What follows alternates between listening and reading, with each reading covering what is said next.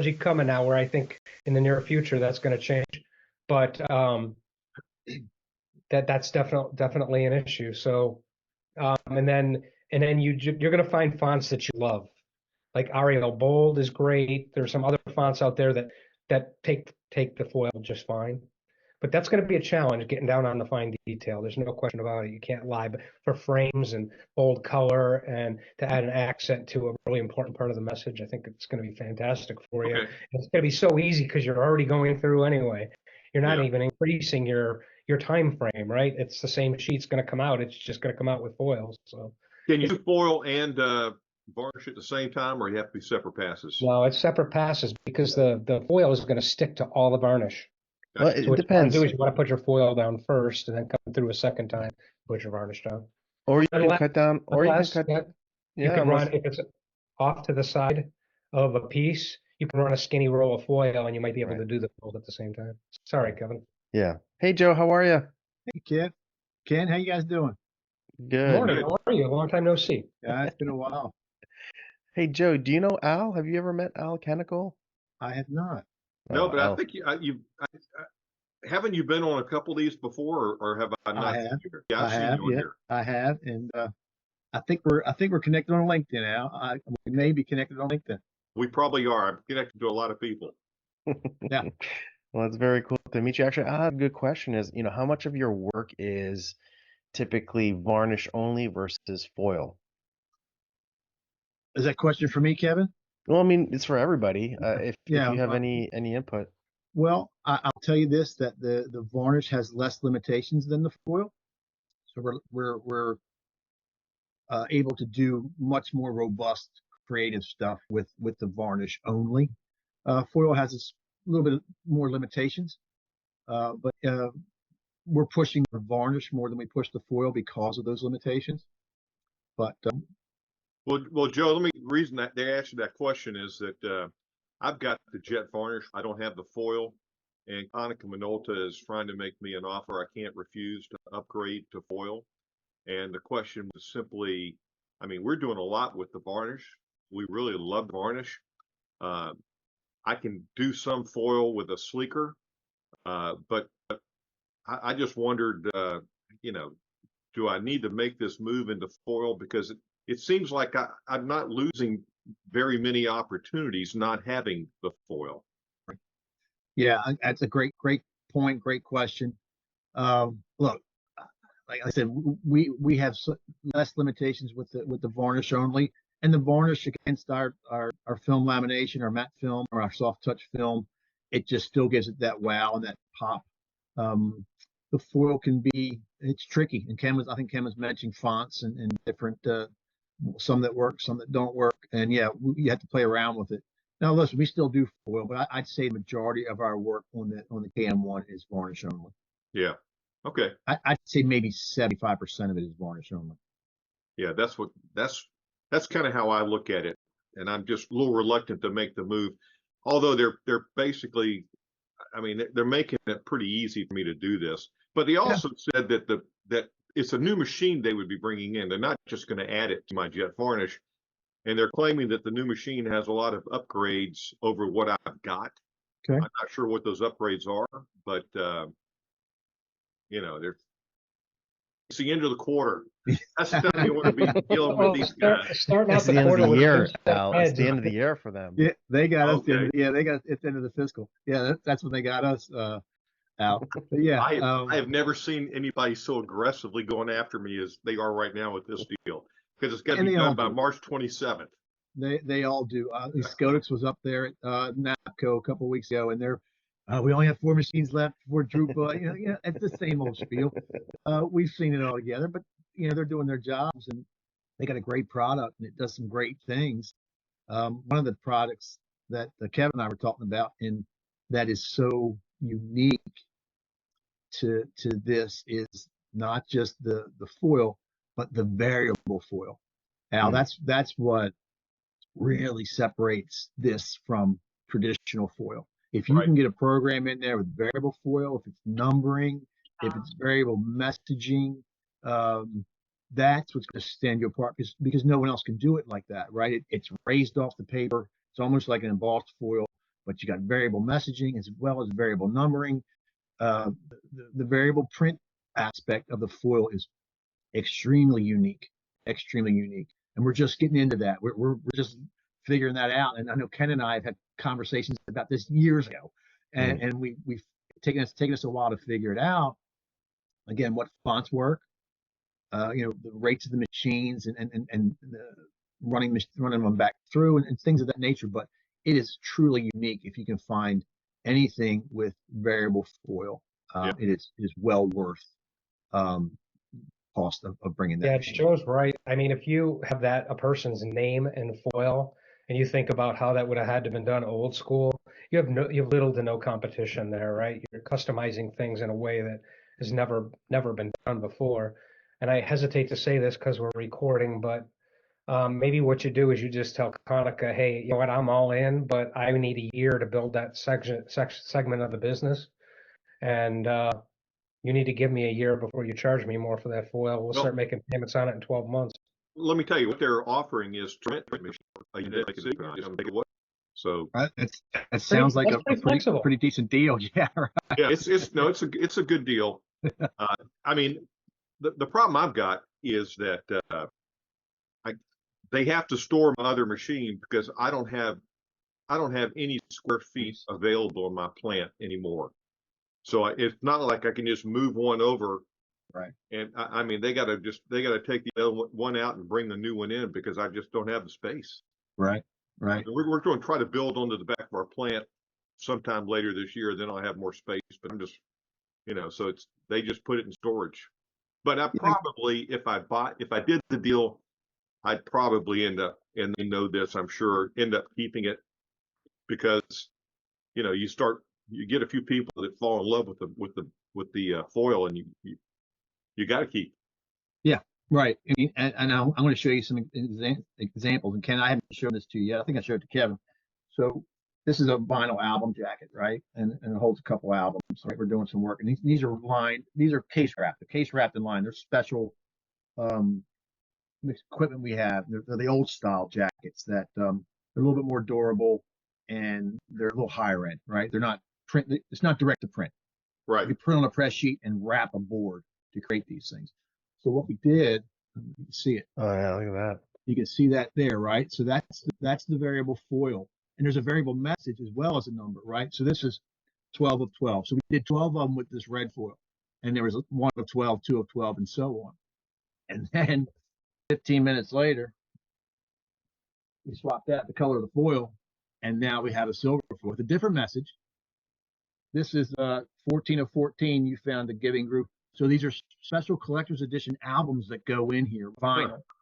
So we did 5,000 without the foil, and we did 250 with the foil. 6 different foils, 6 different messages, and the make readies were just swapping out the foil because we already had the file set up. Right. So to Ken's point, these fonts, we had to play around with these fonts to make sure that it was going to work and work one time, because when you work with variable data, you don't want to reprint things, right? You get screwed up along the way. So we had to do some testing, like Ken suggested, and we found the font and the pattern that worked great. And we ran it through. We didn't have to reprint any. We didn't have to reprint one of these out of the 250 with the 6 variable messages, 6 variable foils. We didn't have to reprint any because we did the pre-press and the testing prior. What is the minimum size font you can use to that will work? I mean, is it like if it's a bold font, I think you can get away with about 10 or 11 or 12. That's where I had success. I didn't really ever want to go down lower than that. All right, 11 or 12 point. We'll get you lower than that. Yeah, depending on the font. Okay. And the great thing about with entails or a really fancy detail to it, because you're really looking for something blocky and bold. And honestly, you're trying to promote that part of your message anyway. So to go ahead and try and do somebody's business card and do their name and have it be really, really tiny, I don't know that that really is the best marketing use of the piece of equipment. And Al, keep in mind one other thing. If you're going to build this business, you were to cut a roll of foil down to 4 inches, and you could allow foil to go on this piece where the varnish isn't. So you just like, let's just say you're going to do a masthead and you're going to do something like a letterhead, and you're going to have at the top of it, you're going to put foil. you could actually add foil for free and not have a second pass because your foil is off to the side. And you could be marketing it by adding no extra cost to your other than the foil. And foil, people want you to think foil is really expensive. I think a 13 by 19 entire pull of foil is about a nickel. So if you have some customers that you want to lure in and you don't want to spend an extra penny more, you could actually in one pass put a little bit of foil on it and market that piece to them and say, hey, when you come back, if you really want to keep it this nice, Right. we'll charge you accordingly, but you can actually produce these pieces for no additional cost. Yeah. So, I would think that with variable data, if you're doing a direct mail piece and the person's name is in foil, that's something people haven't really seen before. And we do a fair amount of people, postcard mailings, that kind of stuff. I can see where that can work as well. I'm probably going to make this deal, and then, I'll figure it out as I go. Is what I'll do. Are you dealing with Zan Banks? I'm actually dealing with Terry Bentley. Oh, okay. Zan's in the deal, but Terry's the guy that I bought the press from, and Sure. And honestly, he brings a lot of his prospects into my plant to look at the KM1. Yeah, it's great. So Terry's, Zan's in the background, but Terry's the guy that's working with me. Yeah, and if they use you for a showroom, Al, that's fantastic. It gets you a lot more exposure. Yeah, And that's great. They do that with NAPCO as well. Now, I don't know if you have a Corona unit on your unit now, but if you do get a new one, make sure it's got a Corona unit because you're going to be amazed at how much better that varnish will stick to that KM1 product. So what is a Corona unit? It's an actual charged roller that changes the surface tension of the sheet and the ink. So on your KM1, you've got a hybrid UV ink and it tends to dry really hard. And when you put the varnish on it, it tends to run off or you'll get little holes or you'll get little imperfections because it doesn't want to stay on top of that hybrid ink. And by running it underneath this charge roller, which is it's in line on the new machine, you can charge the sheet and by playing with the charge, you can take the dye level to the perfect point to be able to varnish on your KM1 ink. Yeah, the KM1, that's going to be key. Try to find out if that's included in your deal. You know what? Like I said, this has been very helpful. I'm going to call him right after this meeting, but he said there was a number of upgrades on this machine that I'd be getting that I don't have on the machine I have right now. So, yeah, you definitely need that Corona unit, Al. It's a game changer. All right. And you can start off your quarter with a brand new set of heads. And if you haven't replaced heads, you're probably close to being ready to replace heads, and you're going to find out what those cost and not be very happy. So I guess go ahead and factor in a little bit of future expense that you're not going to have when you think about your new machine. And actually, we could ask Gerardo too. Gerardo's been a power user on the 3DS for a while. How are you, Gerardo? It's been a while. Hello, yeah, it's been a while. Actually, do you have a 3DS machine? Your machine now is a 3DS? You know what? Yes, he has a JETforce 3DS with no foil. There's no foil, and now he's asking everybody whether it's worth upgrading to get the foil. What do you think? They actually have been told that the 3D the iFoil 1 unit, it's backward compatible with your machine. You can add foil to your unit now, but the Corona unit is a must on any new machine. Actually, they're proposing it's required for the KM1 actually. For their edition and for the new honeycomb and all presses, which have more wax on the cypress. Yeah. So if you are using, and so the variety of substrates that you can use with the Corona, I don't have a Corona unit, so we have been evaluating either to upgrade to a new Acurio Shine or to just get onto the 3DS and maybe get a backup unit. So it's out there. It's a question, but you can add the foil unit to your existing machine. But if the deal is too good to be true, it's better it is because it's the end of the year. So he knows. We're gonna get it. Yeah, we just told him he knows how the Gerardo. game's played. Gerardo, like what percentage of your work is varnish only, and what percentage is with foil?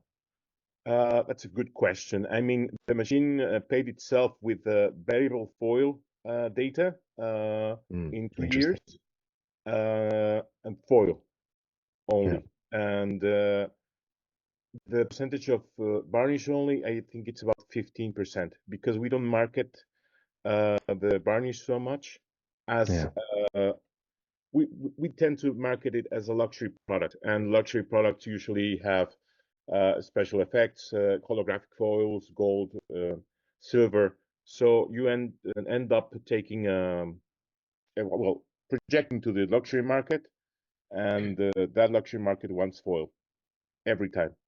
So tell me what kind of products you're doing the foil with. What are some of the stuff you're selling? Well, we actually do some social work for weddings, business cards. Not so much business cards, but thank you notes, some especially envelopes, and maybe the most thing that we use in the machine is, of course, Christmas cards, our own Christmas cards, and the promos for companies like gift certificates, something that has to have with purchasing power. I mean, I like to think now that the printing industry is getting to a point that every print must be embellished or it won't be printed. Yeah, because of I like that. they need to get the piece and get the piece, have an impact on the piece, and want to keep the piece. Right. Because and keeping the piece, they have the buying power now. You have the power that, hey, I need this. I'm watching this and I need this, and the impact that the piece had on them is necessary. So the foil, the varnish, the good paper, everything is a combination. So I need, if you want to try foil, you will get a return on investment very quickly for your clients. Hey, just as an FYI, we went to, we're big in, we do a lot of work in the aviation industry, also the marine industry. And I mentioned at one of these sessions a while back, we went to the air show in Oshkosh, Wisconsin, and we picked up probably 100 different brochures. Only 2 or 3 of them had any embellishments. We just went to the Miami Boat Show, and I would say that at least 95% had no embellishments. So they're really an open market. I'm with everybody on this with the varnish, and I'm sure the foil as well is great. But a lot of people aren't using it yet. So I think you got an open field to run wild for a few years until everybody catches up, because it's surprising me when I'm picking up a brochure for a boat that sells for $600,000 that it didn't have any embellishments at all. So it's open. One of the most surprising things to me was there is a lot of Chinese cars here in Mexico now. So they tried to break into the market, and the brochures they used, every single brochure felt like a luxury brochure with spot varnish on the cars on every single page. So they're trying to break into the market by the looks, and the cars are not bad looking too, but and it's working. The Chinese manufacturers are getting a 25% market share now, so it's working, and the impact that they have on people when they look at the piece and this is a luxury piece, this is not a printed piece, this is not a common printed piece. It's going to make a difference. Hey, let me ask you this: Can I put like we do a lot of soft touch and scuff resistant laminates? There's no problem putting foil down on top of soft touch, is there? No, it works phenomenally well. It's the best surface there is. Okay, yeah, it's actually a benefit to laminate before you foil now. Okay. And dramatic. And I want to just bring up one thing that Gerardo said that you could use as a marketing idea. Print some thank you cards, super embellish them with your new foil unit. Talk a little bit on the back cover of the thank you note, what the process was and what you offer. And inside have your CSMs write a handwritten thank you for every order you have. you're going to put a marketing piece. Not only are you going to get people's attention because they're like, hey, this is old school, they really appreciate my business, but you're also going to have a marketing piece that they'll be able to look at and see how you produce it and be asking you what they can do with foil. Yeah, Hey, you can do a that's QR a great code. idea. QR code on the back that brings you to the What's the name of your brand that you launched again? Embellix. Embellix Land. Yeah. Yeah, and have a little landing page on your website that's dedicated to that. And to Gerardo's point, you know, it's Joe, you were at this conference with me last year at the Print Embellishment Conference, and like the biggest print embellisher in the United States is a company called Brightmarks. Have you guys ever heard of them? No. Yeah, so Brightmarks does all like the Crest toothpaste and all that stuff that you see in a very, very high, all traditional, all very high volumes. And he was explaining us to the process on how brands come to market with new products. And when they go to market, they will go all out on the embellishments and increase their cost per piece by maybe 30, 40, 50% on their packaging for the first 2 years, in order to get what they call shelf velocity. Once people start trying those products off the shelves, then they go through a redesign and take off all the embellishments because people are already familiar with the product. But whenever these big brands go to market, they will spend a lot of money on the embellishment to get people to try it for the first time. And once they like the product, then they can go back and redesign. But I thought that was interesting on how the big brands approach that. Yeah, and to touch on that, Kevin, the big brands figured it out a long time ago. There's been embellishment on toothpaste and razors and beauty items for a long time. And the smaller guys couldn't afford it. Now the smaller guys can. Exactly. Now, one other thing I want to touch on what Al just said about his branding. You know, it seemed like a lot of us, when this first came out, we all created our own little name for what we were going to offer, right? I think ours was Kevin, what was ours? Vivid 3D or something like that.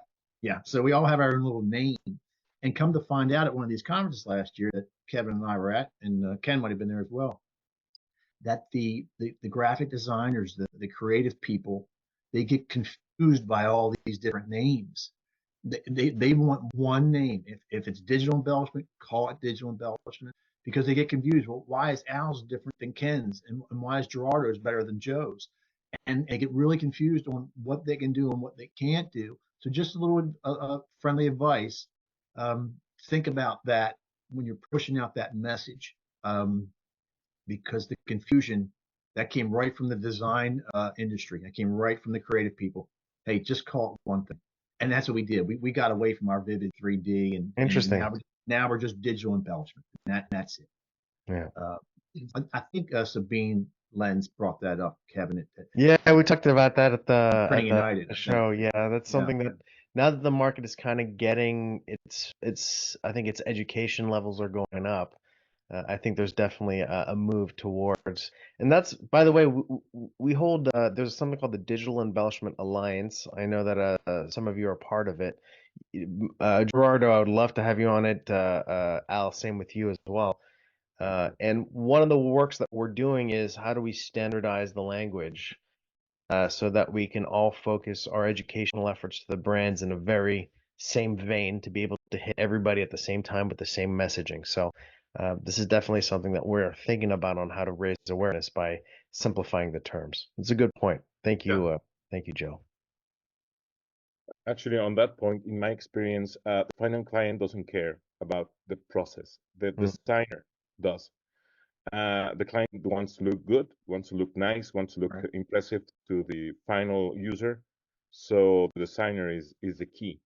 So you have to, the last time we talked in the designers conference meeting, the creative space that we need to give the designers, it's a great idea, like a creative lab, so to speak, so they get familiar with all the processes and techniques. And if you're not using traditional hot stamping methods or thermography or other traditional methods, I mean, you're in the clear. The designer won't care. I mean, they care from the thing they have in front of them, and not anything else. I mean, they try to understand the processes, but they care about the final product, and I think that's the key to everything. It's either getting the better final product, better, cheaper, and faster Hmm. than the traditional process, or the alternative. But they don't care about the alternative. They care about what you show them. Right, right, right. And I think who was it on the last designer meetup that we had from American Printing? She was telling us how now they have like a lab where they bring in designers to educate them. So they do like free classes for designers to come in and to practice, and then print it on the cam one, and then put it on the jet varnish to see how it looks like. And apparently that's been working pretty well for them. So I know Al, you do a lot of work with the students too, right? I mean, that's a good market for you guys. Well, I tell you what we do is one of our biggest clients is Savannah College of Art and Design and Scat. SCAD. Yeah, you know SCAD. I do know scat. Yeah, so we There's signs all over Savannah that says scat. I'm like, what the heck is scat? hey, I Yeah, tell you, yeah. it is becoming. They've got over 15,000 students just in Savannah now. I mean, Yeah. it's quite a deal. And but you know, we do a lot of work with them, and they're doing stuff. I mean, we don't have their students have to come in with projects, so we do a lot of stuff for them, but they're usually pretty big projects. So, you know, we're dealing with a lot of different folks over there. That's future clients for you too. So it's Oh, I know it. Yeah. We give them lots of tours and Yeah. anything they want. We're happy to help them. Yep. A little story from the last weekend for me that plays into this foil quote. Oh, Oh, looks like Ken's internet's going Uh-oh. south. I wanted to hear that. I know, it was a good lead up. Joe, how about you? You're doing some educational things around students too, right? You had you're bringing students as well. Yeah, we did an open house for Appalachian State for the Print Across America campaign. Bust those guys up there, lunch and learn, took them for a tour, and they were blown away by that. We actually had two people submit their resumes to us a couple days later. They wanted to come work for us. That's awesome. Yeah. So I think it's really important to educate these younger people because, like Kevin and I have talked about many times, that boomers are retiring, and we need people to replace them internally on the internal side and production side, as well as the purchasing side. So we got to educate those purchasers, those future purchasers, That's right. show them what's out there, get them familiar with it, so when they do hop in those roles, they know exactly who to come to. You know, y'all just gave me a great idea. We have SCAD people all the time, but I need to offer to do some sort of go to some of the graphic design classes and make them all aware of embellishments, things like that. Because I mean, I got all these future great graphic designers right here in my town. I need to get to them right away. So I'm going to try to get on the be a professor, or at least a visiting professor. That's awesome. That's a And great. Al, I know Appalachian State, they offer they like once or twice a year they bring in professionals like us to do that. They have a program for their graphic and design department to bring in commercial printers and graphic designers. So then that program might already be set up with SCAD, and you might be able to just pop one in there and schedule something. Well, But, I'm gonna jump on that right away. yeah. And so Ken, before your internet froze, look, you were launching into a story that we were all looking forward to hearing. We did this brochure for a heating and air conditioning company, and it was my idea to pop a bunch of varnish onto the sun and their logo, and it became touchable and cool. And we kept getting them back over and over again. And there was a point in time where they asked us to rebid it because they wanted a whole lot more of them. And we had a half-size shop, and this was a super long piece. So I knew eventually we might get ourselves out of the market. But so I guess it went to some national advertising company, and they farmed it out somewhere. And then I noticed that not only did it have the sun exactly as I designed it, but it came back with foil. Yeah. And I asked them how effective they were, and their sales staff refused to go out. When they run out, they will not go out and visit customers without this brochure. Wow. So it exploded, it went national, and now, it's a cool story, but I think that's what can happen when you start throwing a little bit more and a little bit more Yeah. on there. Yeah. Yeah, great point, Ken. And we run into that as well, right? We're doing small little digital folding cartons, but And once those volumes get up there, we can't justify running that through the KM1 and MGI. It's just the price increase, the unit price increase is just too much. We got to farm that out, and then we eventually, sort of lose. We don't lose the customer, we lose that opportunity, right? Because we've outgrown them. They've outgrown us. And Al, also on the idea of bringing people in to train them, I think it's super effective to get them into your shop and show them all your capabilities. If you can somehow set up a couple of tables in front of the machine and you can actually you give people free lunch, call it a lunch and learn, you will get people to come into your shop. You might sell them other things and just have the clinics and workshops right there in your shop. Yeah. It's super effective. And you can even get off the record. You can even get Konica to send out a rep and they'll help you talk about the machine and talk about the praises of your print shop. So they're willing to do that and they'll fly somebody out just for that as well. Great idea. And I tell you, I've helped them sell a number of KM1, so I think they understand they owe me some favors. Let's see if they can throw in that digital die cutter while you're there, Al. So there's a What digital else do you die need? cutter? They have a laser die cutter, 4 or 5 of them sitting in their warehouse just collecting Really? dust. See if they throw them in there. Yeah, it's just small volumes, maybe 50, 100, 200 tops, but it's a laser die cutter. Okay. Yeah, see if they can throw one of them in there. At least put it on your floor for a year, see if it works. Right? See if it's worthwhile. Hey, so what's now? I've got a Zund router. Okay. Would that do the same thing as a digital die cutter? It's faster than the Zund. I mean, Okay. the Zund can do the real big sheets, right? The 4x8 sheets. This is for a smaller format, if I'm not mistaken. Okay. Who makes that, Joe? I'll ask them. Motion systems, or is it Motion Systems? It is a motion. Yes, Motion. Yes, Motion Systems. Correct. Yeah. Huh. Well, hey, this has been great. My goodness. Well, it's certainly been great for me. I've enjoyed it.